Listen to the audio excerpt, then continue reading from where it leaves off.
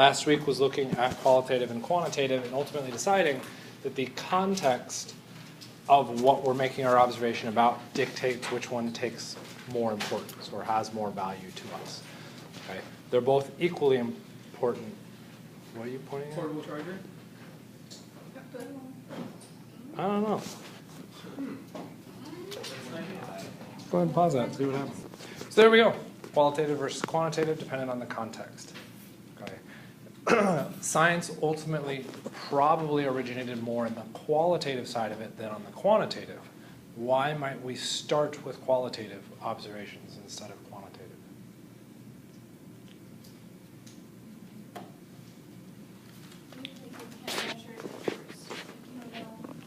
To measure, what do you need?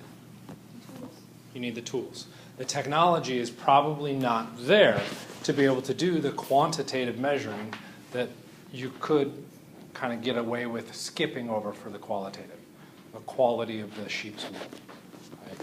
As we invent tools and ways to represent what we're measuring, okay, both the tool and the unit system, then we could start to build the quantitative aspect.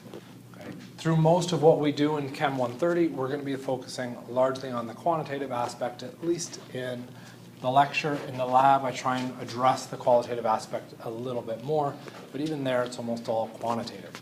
So when you come into chemistry, typically one of the big concerns is, oh my God, there's so much math. Right? That's part of our focus, but it's not the entire. So let's start with qualitative observations. 70–80% of all life is made up of water. Why would water be a useful place to start our qualitative observations?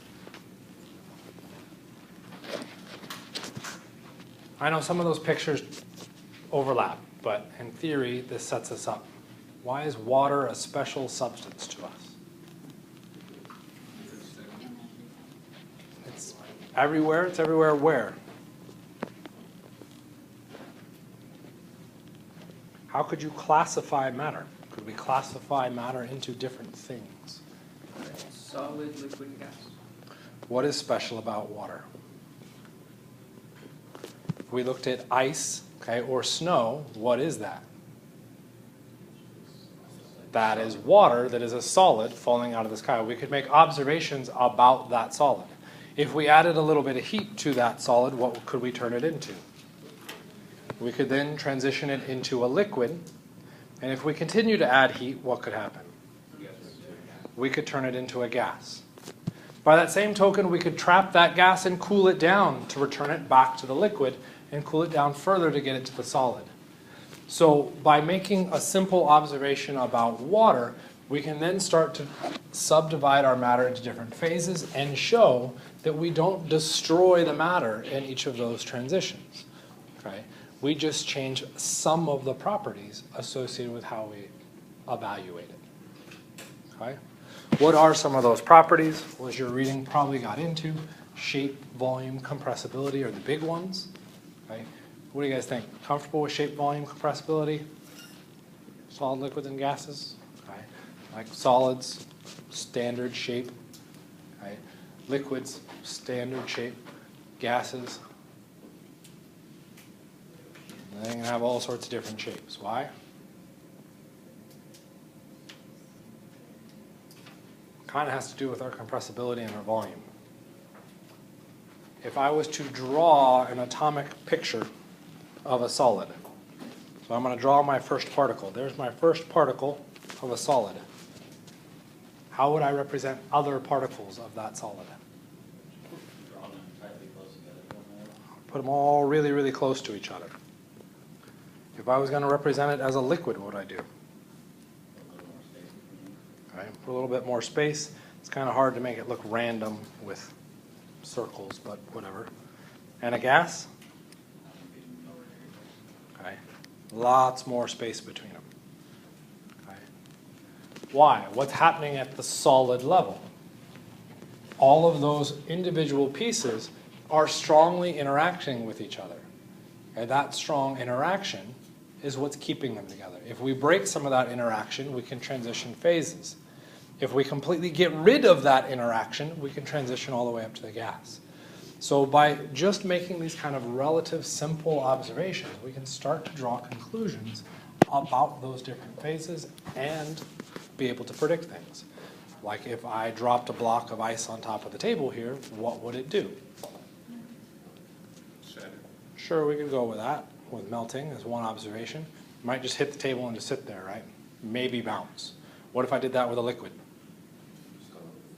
Moves all over the place. What if I did that with a gas? I probably wouldn't even be able to see it because it's just going to dissipate entirely. It's going to fill the rest of the room. So by making those simple observations, we can draw conclusions about the different phases and use that to help us classify matter into different categories. So with a liquid, it does not have a uniform shape, but it said in the book that gas does have a uniform shape. Is that correct? Like, What is the shape that it has? well, isn't it just uniform throughout? Is that correct? Or does it not have to be? So the spacing between is uniform. What is the shape of all gas? It doesn't really have a shape. The shape that it has is the container that holds it. Okay. What is the volume of a gas? Not fixed. It's not fixed. It's the container that holds it. Okay. What would the shape of a liquid be? Okay. The shape of the container. It's going to move around a little bit. What about its volume? That's going to be fixed. It's going to be fixed. It can't fill the entire container like a gas could. What happens with a solid? What's with its shape? It's fixed, okay? And it's self-defined. It's not defined on the container. Its volume, it's fixed. Okay? And a lot of that has to do with those kind of pictorial representations of those, or at the atomic scale, or matter scale, we should say first. Kind of, sort of?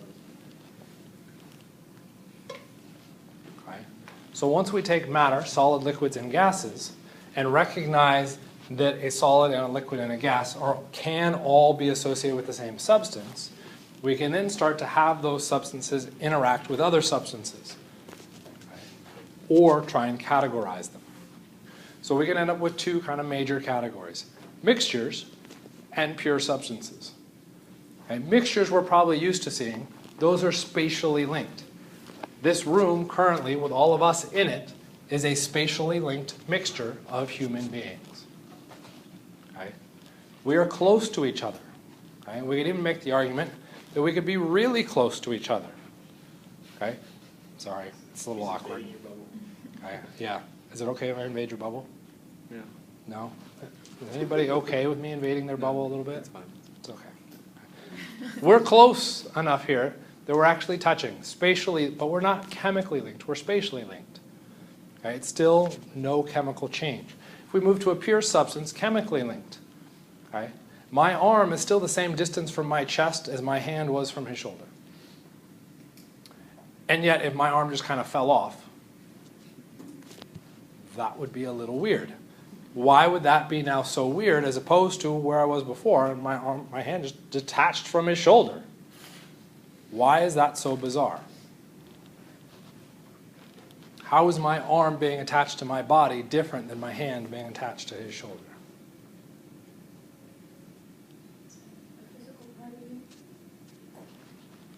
A physical part of you? Okay, we're looking at a chemical linkage.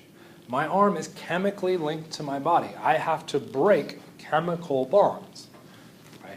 I have a massive issue with that definition. This is Chem 130. This is technically the lowest chemistry class that we offer at the college. Right? To get into this class, you have to have exactly 0 chemistry knowledge. So we're going to define this item of pure substance with the name of the course that you have 0 knowledge of. It's kind of a bad definition. Okay? So part of the course is to introduce these concepts, and as we move further along, we'll define what chemically linked means and how we represent that so that we can understand it a little bit better back to these levels. All right? So let's look at the mixture. Actually, let's stay with the pure substance. Pure substance is a chemically linked thing, okay, which we can categorize in 2 places, as compounds or as elements, which is really just new terms. The compound is at least 2 elements. Okay? Elements is only one type. So let's take a look at 2 examples. I'm going to draw H2O and O2. What do you think H2O is? Water. Water, fair answer. Is it a compound or an element?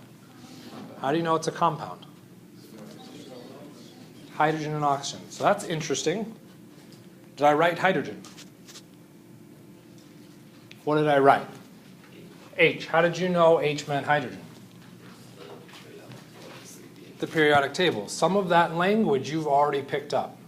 Okay, you already know parts of that. Take advantage of it and use it. That's fine. And the O meant oxygen. Okay? Are those different elements? Well, one's H, one's O. Do they show up in the same box on our periodic table? No, which means they're different elements. I have now something with those being chemically linked. I'm looking at a compound with at least 2 elements. What about O2? Is that now an element or a compound? Why is that an element? It's only oxygen. But it says O2. What does the 2 mean? There's 2 oxygens. So this gets a little bit weird. Okay? Compounds were at least 2 elements. Elements is only 1. Aren't there 2 here?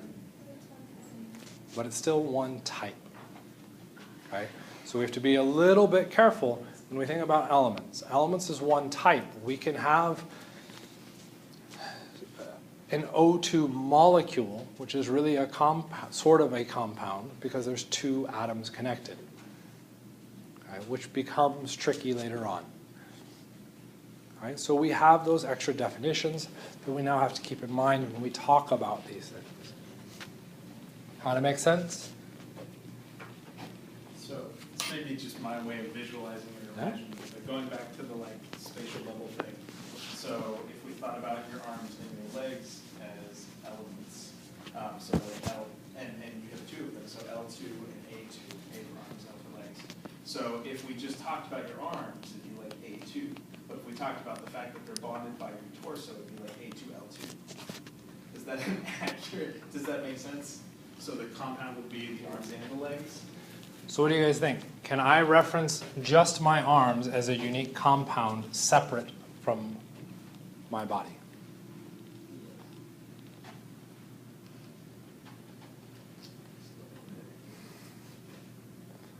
So we're seeing some yeses and nos.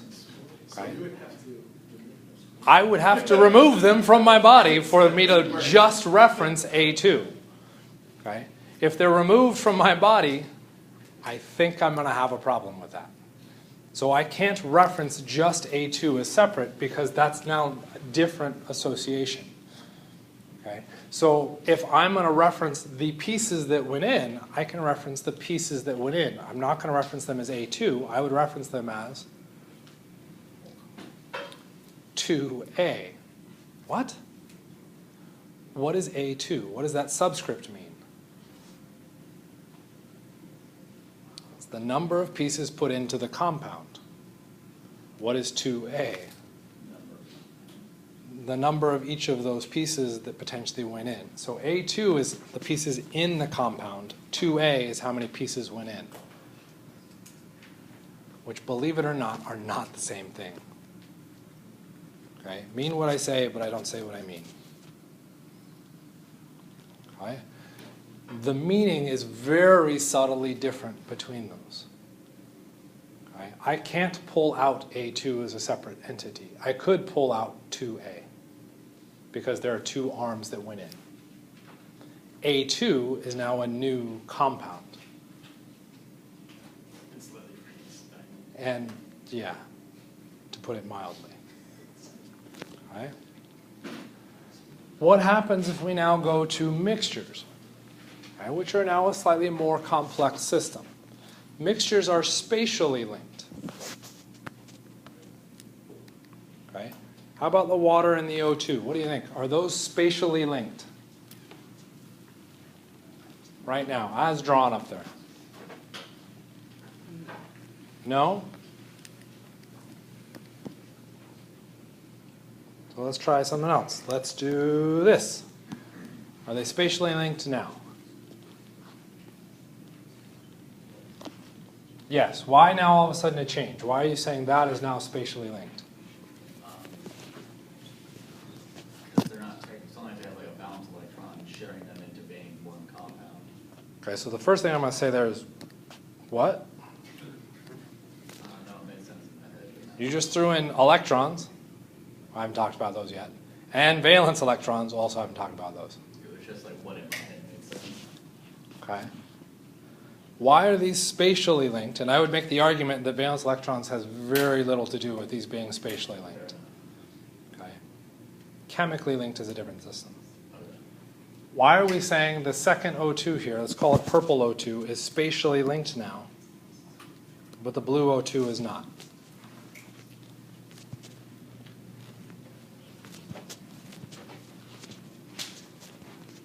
When are you spatially linked to somebody in this classroom? When you're what? When you're close. Why would this purple O2 be spatially linked, but this blue one not? Oh, it's closer. Is it really that simple? Yes. Okay, that's it. What if I had written the purple O2 here? Is that spatially linked? Could it be confused with something else? What could it be confused with? Chemically linked. Okay? How do we make sure that we know that those two substances are not chemically linked? I chose colors because the colors help make that stand apart. The red H2O and the purple O2 now are different and only spatially linked because I chose different colors. The different colors now represent different things, okay? Different compounds. Okay? But it could easily be confused. Why would it be easily confused? How do we typically represent chemically linked compounds? In a straight line, one after the other. Okay? So if we're going to look at spatially linked, we have to be aware of kind of the notations. We don't want to get them too close to each other because then they could be confused with the chemically linked notation, which is all in a straight line. So the language of how we write this in the organization is what's allowing us to distinguish between those two. Kind of make sense? Okay, so let's go with top and bottom because that's not as difficult or not as easy to get confused, right? Because they aren't right next to each other. So if we're now looking at spatially linked, now we got to decide heterogeneous versus homogeneous. Okay. Well, heterogeneous and homogeneous, we see visible separation and no visible separation. Thankfully, at least we're using words that we know, theoretically, right? We aren't using chemical that we theoretically don't know. Okay. What separation are we referring to? Are these separated? Yes. Which would mean anytime I take a mixture, they're always going to be separated because they're only spatially linked, which would mean all of my mixtures would then be heterogeneous, right? And I would never have a homogeneous. That doesn't make sense. So what other thing is getting layered into this? Which we glossed over really fast on the previous slide.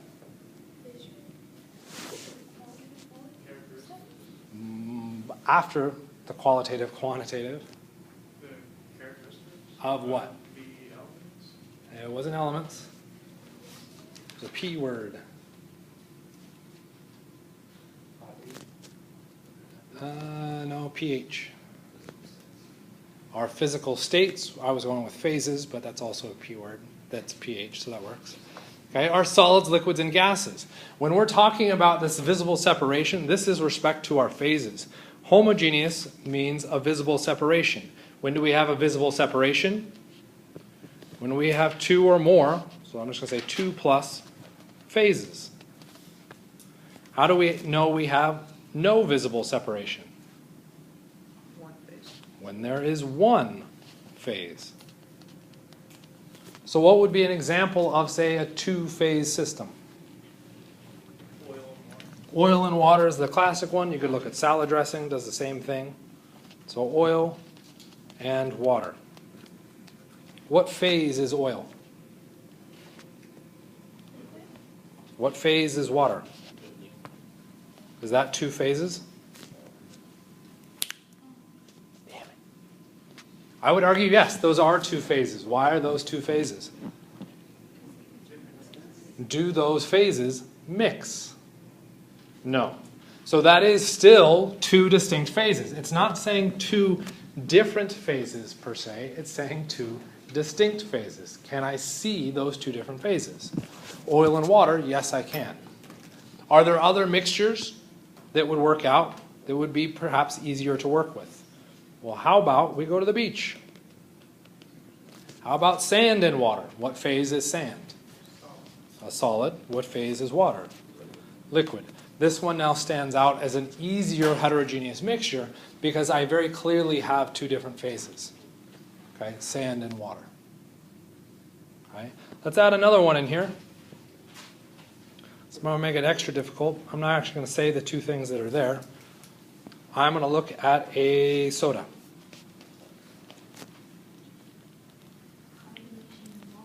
What is carbonation? I have CO2 gas plus H2O liquid. How do you know the gas is there? Because of the bubbles. You can see the bubbles move out of it. So you know there's that second phase there. Okay, the bubbles are still clear, but at least the difference in those two phases allows you to distinguish and see those differences. Okay? So let's move to one more fun one that I like to throw in here. Okay, we're going to look at two. I'm going to say fog, and I'm going to say air. And if you trust my color coding in placement, my spatial placement, you might already have a hint as to what those two things are. What are we looking at when we see fog? Theoretically, you've seen fog. I know it's Arizona.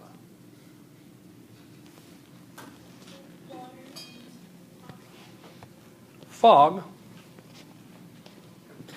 for simplicity, we'll go with water and oxygen. Water and oxygen.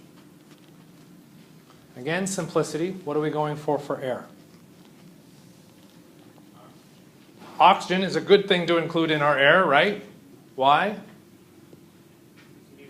We need it to stay alive. So minimally, we know air has oxygen in it. As another statement, we also know at least one other thing present in the air. So we could run with carbon dioxide. I don't want to write that one. We could do nitrogen. We could do helium. I'm not writing those for a reason. Has anybody ever seen a mirror or driving along in the car, not you as the driver, but the passenger, bored and you breathe on the window and then draw on it, window? What are you drawing in when you breathe on the window? Water. Well, yes, that's the object you're typically drawing. You're right. Okay, but you're able to draw on it because something has now coated the window. What is that something? Condensation, ultimately. Water. Where did that water come from? Your lungs. So right now in this room, yes, we have oxygen because we all exist. We are also all breathing. I'm talking more. So this is gross, sorry. At the same time that I'm talking, what am I also exhaling probably significant amounts of? Water, which then you get to breathe in. Germ theory of disease. Sweet. You should continue to breathe, by the way. Just want to put that out there. Okay. Why bring this up? Air, as a mixture, is water and oxygen. Fog, as a mixture, is water and oxygen. Yet one of them I colored red, hinting at the fact that it should be a heterogeneous mixture. And the other one I've shown blue, hinting that it should be homogeneous. And yet the compositions are the same. What's the difference?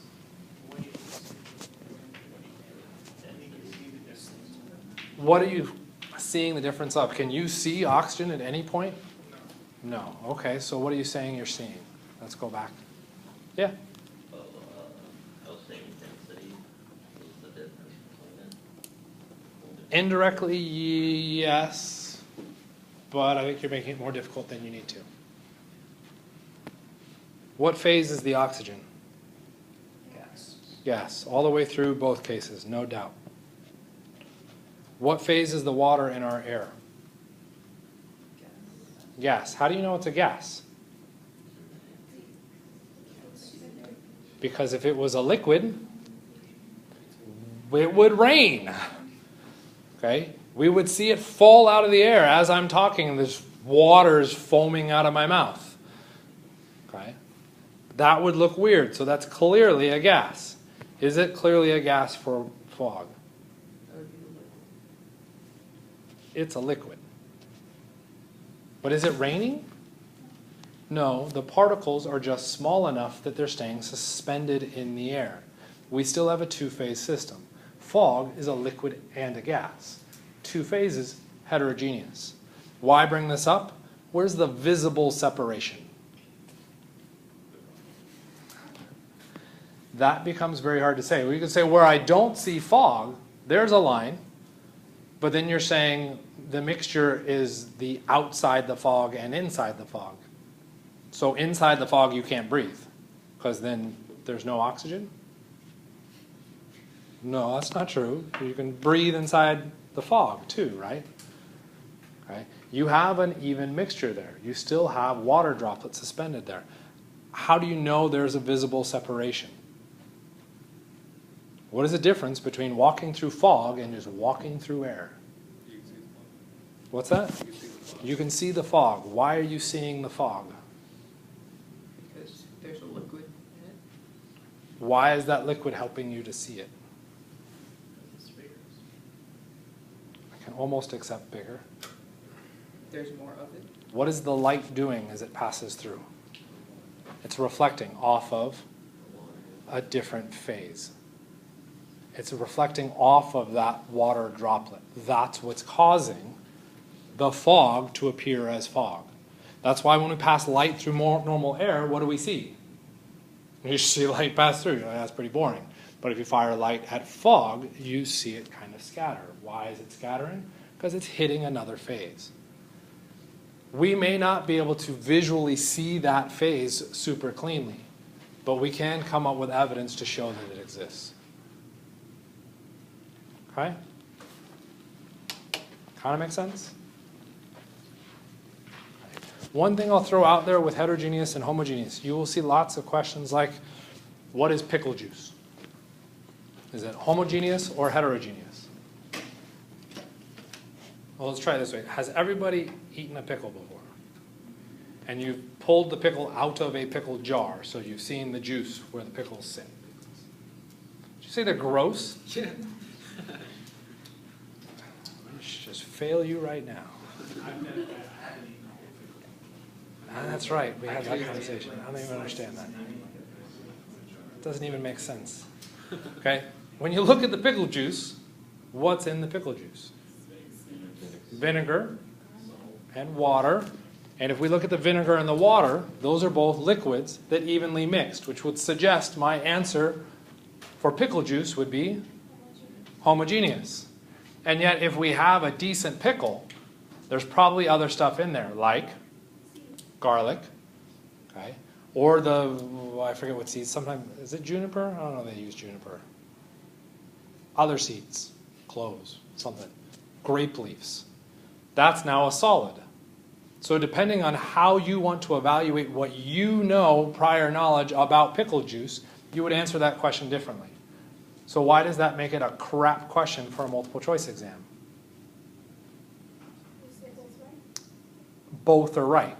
And without you providing the explanation to explain what that prior knowledge is, I can't tell if you actually know what's going on with it. Okay? That doesn't mean you won't see questions like that. Okay? But I will try to avoid asking them because of that problem. Kind of, sort of. Same kind of thing goes with the fog. How much of your prior... Remember, we live in Arizona. When was the last time you saw fog in the valley? You saw it over the summer? Yeah, by the mountains there was just a little bit, actually. Oh. I live right next to like a bunch of open farms, and I got a lot of fog that little bit. Okay, so let's try it this way. How many of you have seen fog in the valley except you? See, look, except you. Stop raising your hands. And clouds are kind of a different level of fog, but it's ultimately the same concept. Okay. So depending on your prior knowledge, those questions become very difficult to ask. They do get asked. I try to limit your exposure there and pick things that everybody would have experience with. But if you see a question on the exam and being like, I have no idea what material a fencing jacket is made out of. I can't answer this because I don't know what that is. You should let me know, and I'll be like, yeah, you're right. That was a dumb question. I shouldn't ask that. Let me remove it. Okay? But you need to address and stand up for what you know priorly. Okay? Everything that should be asked on an exam is something we've talked about. Make sense? Okay. God, I keep not moving that. Before we get too much further, someone went through and generated our periodic table. And that has all of our elements on it. Okay? Within those elements, we wanted to classify them with some information. So it's not just a random smattering of elements. Okay? So if you pick up any periodic table, it should look really similar to this. Okay? And that's because there's an organization and a structure behind it. Some of that organization and structure is trying to take into consideration qualitative comparisons of the elements and qualitative groupings. The two most common qualitative groupings would be the metals and the nonmetals. And we've got characteristics of each of those. The metals on the left-hand side, the nonmetals on the right-hand side. Really, the first two are the only ones that we would actually be able to evaluate directly in class. Why?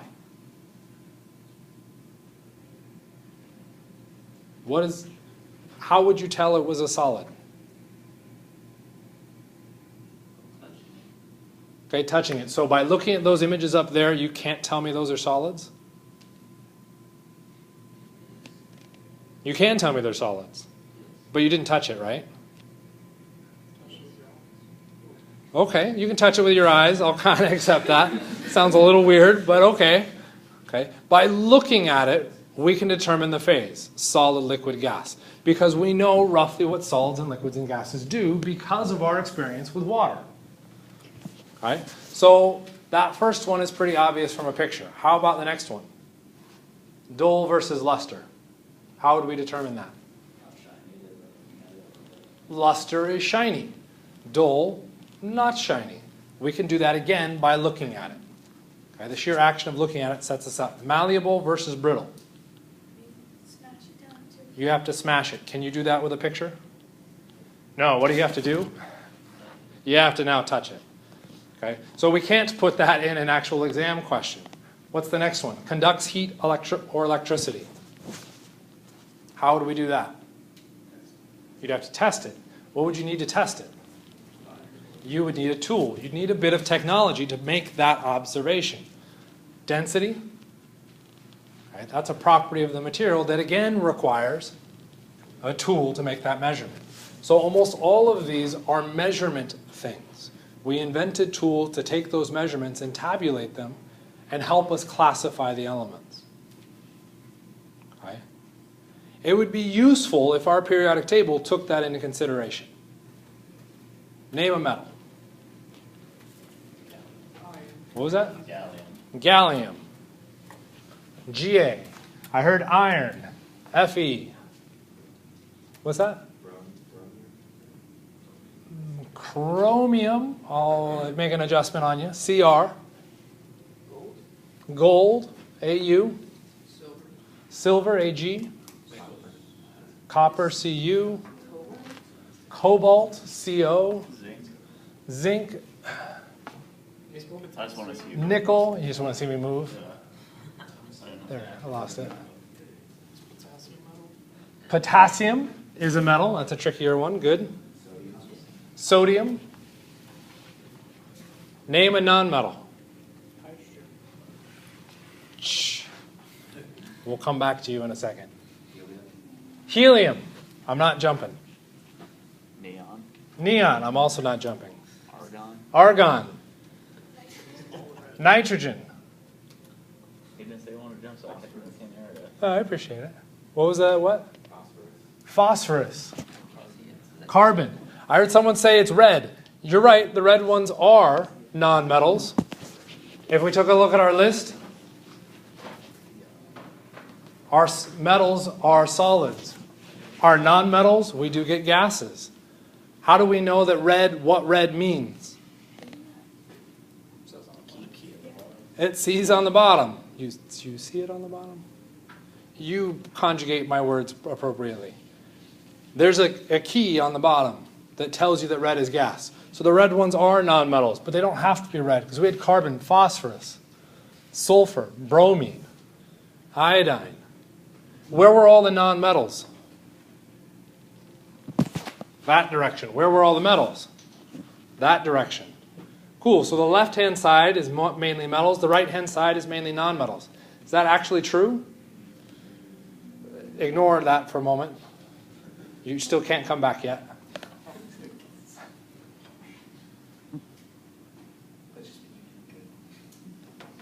Is there something on our periodic table that helps us see, perhaps, that difference between the metals and the nonmetals? That line, you mean this kind of slightly darker zigzag down the line there? Yeah. That line is what differentiates our metals from our nonmetals. What happens as I move from the left-hand side of the line to the right-hand side of the line?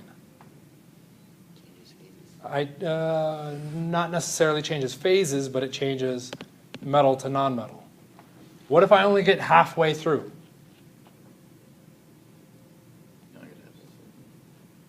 Okay. We're somewhere in between, right? Somewhere in between might have some of the phases of the nonmetals, might have some of the phases of the metals. It's going to be some kind of mix. Okay? So right in between we have the partially metals. Why would I say partially metals and not partially nonmetals?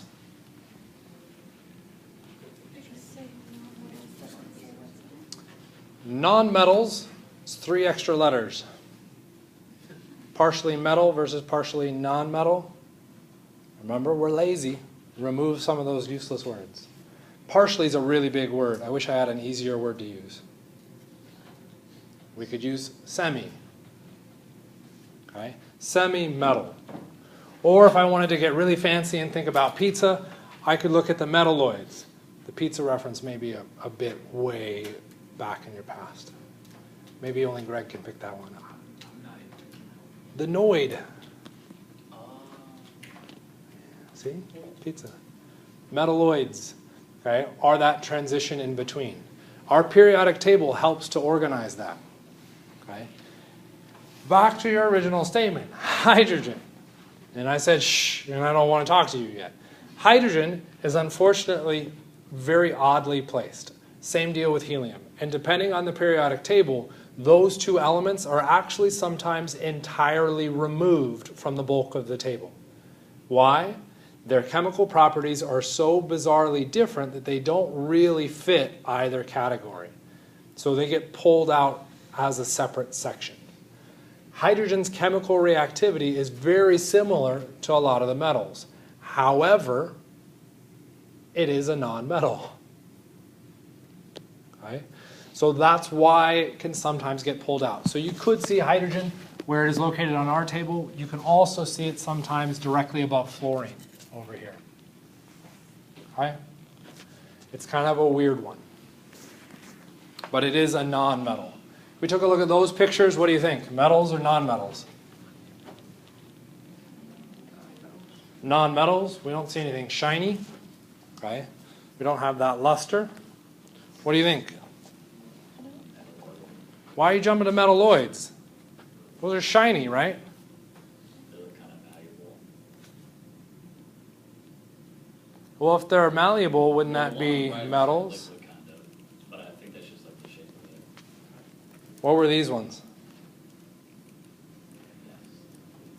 Non-metals. What do you think these ones were? Metals. So what do you think these ones are?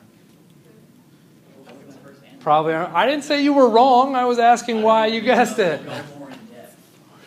Okay. The context behind it. You took contextual clues by looking at the rest of the references to say that those were likely metalloids. Could we determine whether they were metals or metalloids by looking at them? The metalloids cross both bridges. Okay? I wouldn't be able to tell. They match solid and lustrous, but I have no idea about any of those other properties. The only way I would know those is if I had access to actually test those. Since you don't have access to test those, you would never actually get a test question, what are these? Okay? Which takes us to our periodic table, okay, which I believe is on Canvas. I may need to check. I've been shuffling too many different accounts, so I may not have gotten it up there yet. Okay? There should be a file called Elements for Memory. It is a page that has probably 70 elements listed out on it. Okay? That was a document given to me by another faculty or a coworker saying these were all the elements that they expected their students to memorize. Which means if you have to go through more chemistry courses, you should memorize all of those elements. Okay? And at this stage, all it is what is the name of the element and its symbol. That's it. That's all you need to memorize. You don't need to memorize any of the numbers on the periodic table associated with it. Why not?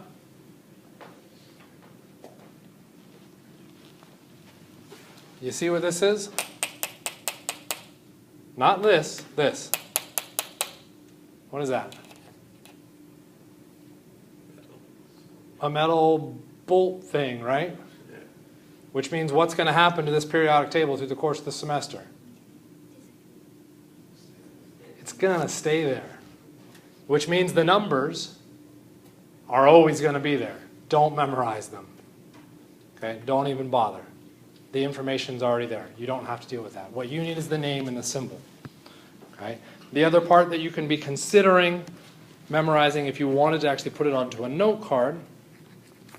So let's say we looked at one of those files and it said boron. So you could write boron on one side of the note card and on the other side you could write BO. No, that would be wrong because no element is BO. So what would it be? Just B. That's the symbol for boron. That would be your note card. Okay? You could add to that boron is what kind of species? Metal, non-metal, metalloid. It is a non-metal. Okay? We could write that on there. Or, what could we do to remember those phases or those materials? Staircase. Left of the staircase is metal. Right of the staircase? Non-metal. I don't have to do that extra memorization step for each of the individual elements. When you look at those 70 elements, I personally think that's a lot. Okay? So what I went through and did is each element that I thought was super critically, stupidly important, I bolded. If you want a C in this class, memorize those. You want a higher grade, memorize them all. Okay? Kind of make sense? Okay. Which sets us up with chapter 4. As you can tell, I can count really well. I think we went 1, 3, 4. At least I went in sequence for the last two. Okay. This unit is going to be lots of memorization. Okay? Because what we're talking about is the history, ultimately, of chemistry and of science, not so much the application of those facts. But it's the process that the science was discovered that becomes important. So our first scientist, Dalton, talking about the early 1800s, based off of his observations, he came through and came up with a summary of theories. Came up with 5 rules. Rule number 1, an element is composed of tiny, indivisible, indestructible particles called atoms, right? Which we've already addressed when we looked at matter. Matter could be subdivided out into our elements, and if we looked at a single element, or the smallest unit of an element, that is now an atom. Okay? And according to our theory so far, they are indestructible. You all did the reading. Is that true? Or some of you did the reading, because we had trouble finding. It's not true. Okay? What are atoms made of?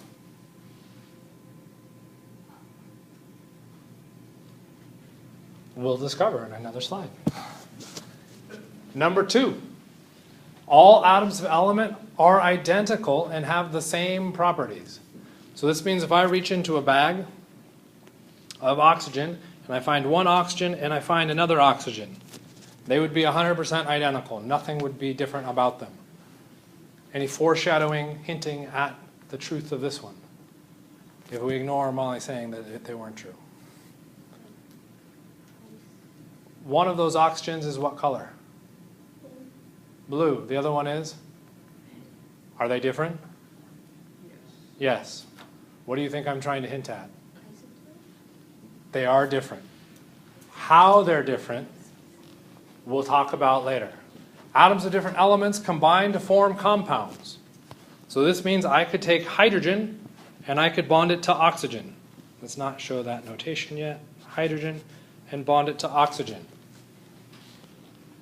Okay? That is now a compound that has different properties than the individual elements that went into it. Okay? Compounds contain atoms in small whole number ratios.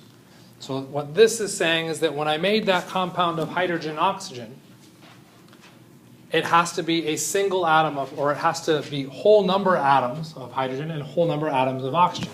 I could never end up with the formula like this. You're like, well, what is that? Someone at least snickered. I heard that. What did I just draw? It's half of an H. I can't have half a hydrogen. Okay? For it to be valid, I have to have whole numbers. Okay? Does that mean it has to be 1 and 1? No. No, because we also know not only do we have HO, we also have H2O. Okay? Again, whole numbers. Atoms can combine in more than one ratio to form different compounds. We've already addressed that. Hydrogen with oxygen. In this first case, horribly drawn, we're just going to call it hydroxide for the moment, versus water. If I gave you a container of hydroxide and had you stick your hand in it, your hand would probably melt off. The H2O, your hand just gets wet. What if I add another oxygen? Make it H2O2. Okay. It's another whole number ratio. Is that a new compound? Yep, that's another one that'll probably melt your hand off. Okay.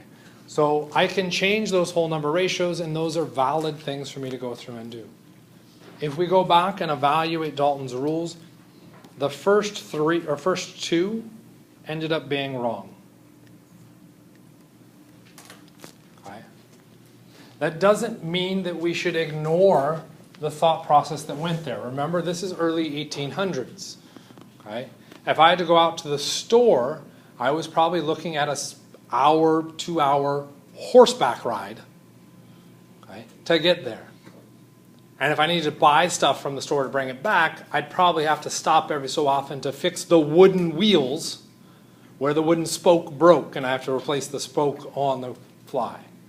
Whereas now, if you have to go out to the store, you just get in your car, you drive there, and you come back. You have everything you needed in 15 minutes.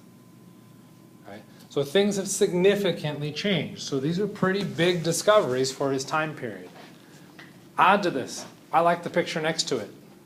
Kind of goofy looking, but right at the very top, what's that word say? Elements. What did Dalton just provide here for us? At least in the top half. Let's erase all that. What is that top part? That is the periodic table of elements as created by Dalton. Okay. What things do you notice are different about that table versus our table? Okay. The symbols. We're using letters, and he used these weird circles and stars and snowflakes and crosshairs. Okay. Why did he do that? Why did he not use letters?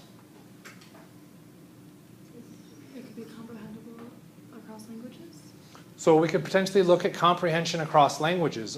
Our symbols are based off of the languages that created those or discovered those elements.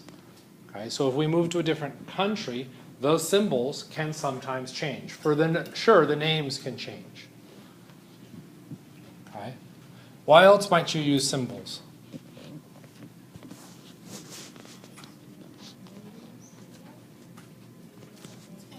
Dalton didn't have a name then? Well, for like the elements.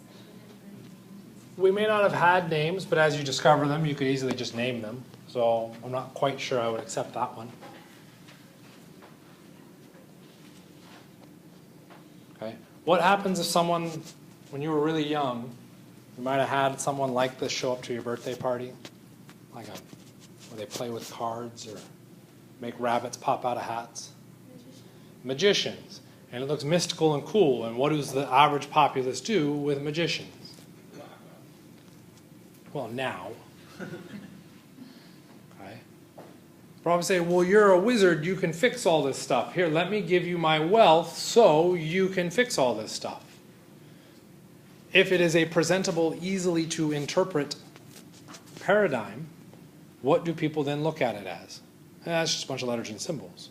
What if you turn it into a bunch of spiral snowflake star things?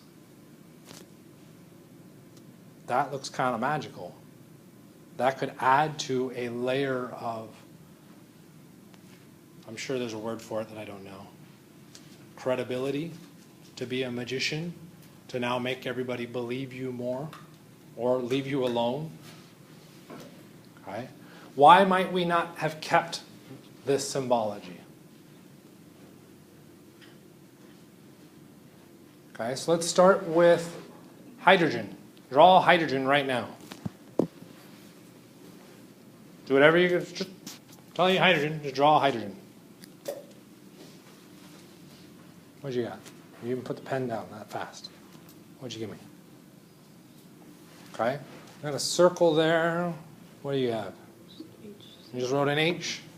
I got an H. I don't want to ruin my notes. You don't want to ruin your notes. Awesome. You've written hydrogen already in your notes multiple times, guys. What did you write for hydrogen? H.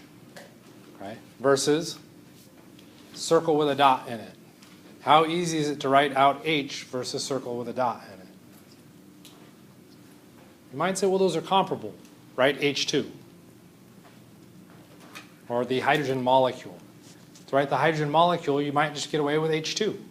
How would you write the hydrogen molecule for a symbol? Two circles spatially linked to each other. Well, again, that's not that bad of a deal. Okay? Draw DNA.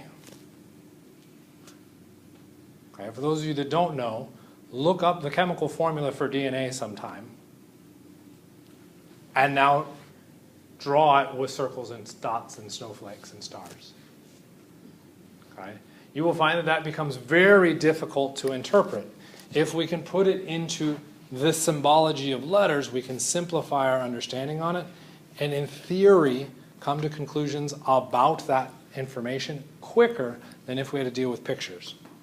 For instance, when we talk about water, has anybody seen this before? Can anybody read any of the words that are on that? Oh, shoot, I can't pull this one because we already talked about that one. Dang it.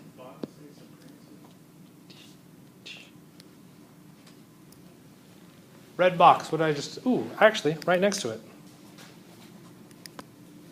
What's in that red box?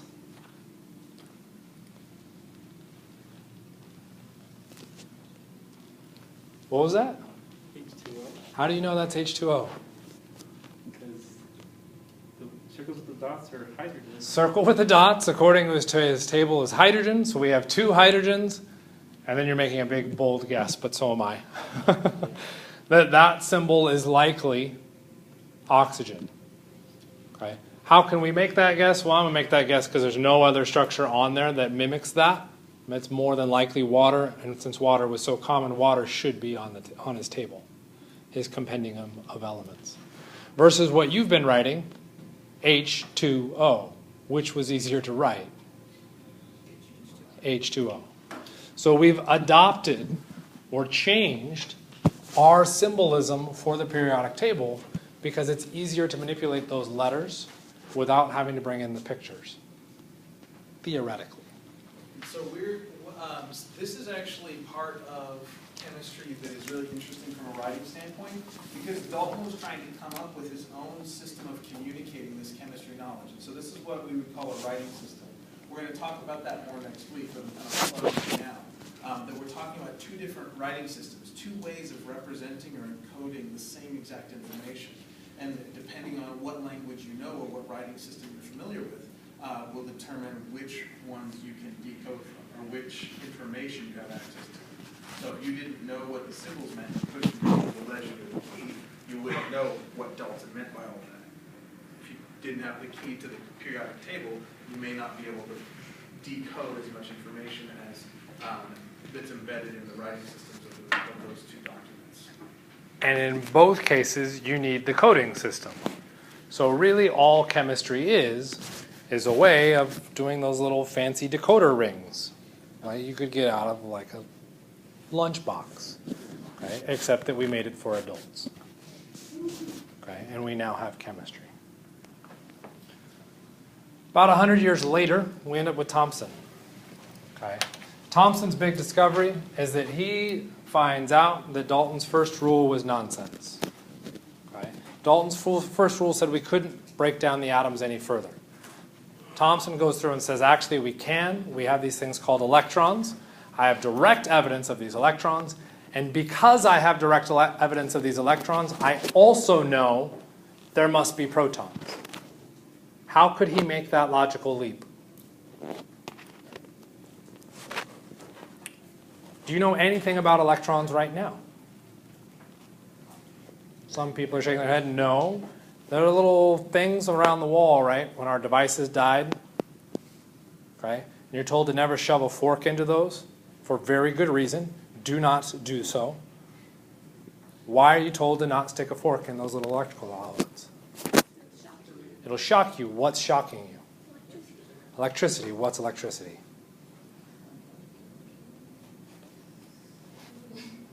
Electrons. It is literally electrons flowing out of the wall. Okay? Those electrons are very high energy particles. Okay? If those particles existed in everyday life, life could be a bit more interesting. Because as you walk along, you just happen to walk into a wall of electrons. What happens? You get electrocuted. That's not particularly fun. Okay? Electrons are insanely high energy and need to cancel out. Because we know we aren't getting shocked all the time, we know there must be some other particle to cancel that particle out. Okay? So Thompson is able to come up with that theory. The next part of this is that you notice that the electrons were negatively charged, which thereby meant we had to have positively charged species. The ones associated with this are relative. Okay? We can look at income and debt. Income is positive, debt is negative. Okay? But we're not making any statements about how much income or how much debt. We're just saying everybody has income and debt. Okay? The part that I find interesting about this is why did it take 100 years to make this discovery? Why didn't Dalton do this right out of the gate? Okay? Remember, electrons are insanely high energy and want to cancel out immediately. So let's say I generate an electron. It's just kind of at the tip of my finger. Let's run at the tip of my finger first. There's an electron. Poof. It's now all by itself. What's it going to do? It's going to look for something to cancel it out. What happens to be right next to it? My finger. Ow. Okay, well, it didn't exist long enough for me to observe. So I have to make sure there's nothing around said electron. So I'm going to make an electron inside this little bubble right here. Okay, where my hands are. See the little bubble? There's an electron in the middle of it. It now exists. What happens to it? Well, there's nothing around it, right? So it should exist. Why can't I make observations on it? What else is in that bubble? We just said there can be nothing around it, because if there's something around it, it would cancel out, right? So there's nothing around it. In this little bubble that I've created my electron in, what is not there? Air. So as I step through that bubble, I should then pass out and die. Oh, that didn't happen. Why not? Because there was air there. To generate the electron so that I can do anything to study it, I have to make sure there's nothing around it. How do I make sure there's nothing around it? Vacuum. I need a vacuum. This entire discovery hinged on the creation of, or the invention of, a vacuum. Without a vacuum, we can't make this discovery. That is not what it looked like. That's more like what it looked like. We took a giant gas cylinder and we hooked a vacuum up to it to pump all of the air out of that chamber. We then can put electrical electrodes at a couple different locations within this. When we up the current on the electricity, eventually the electrons generate enough energy that they start to make the jump from one electrode to the other. Right? It is not a perfect vacuum. Right? So every so often there will be a particle, a single particle of a gas in there, or two or three. As the electron comes flying through, what does it do? It impacts that single particle. Because it's now impacting only one particle and not thousands, we end up seeing a light emission. So if we do this properly and at the proper vacuum pressure, we can actually see a beam of light moving all the way across. That's kind of cool. We're making the assumption that it's electrical, or that it's negative, because of our electrodes. The other thing that we can add to that to prove that it's negative is we can add or put near it something of opposite charge or similar charge, say like a magnet. And I can put the north or south end of a magnet near this lamp, and what will happen? The beam moves. So electrons will have a charge, and we can prove that charge. What we've got here is an old school cathode ray tube.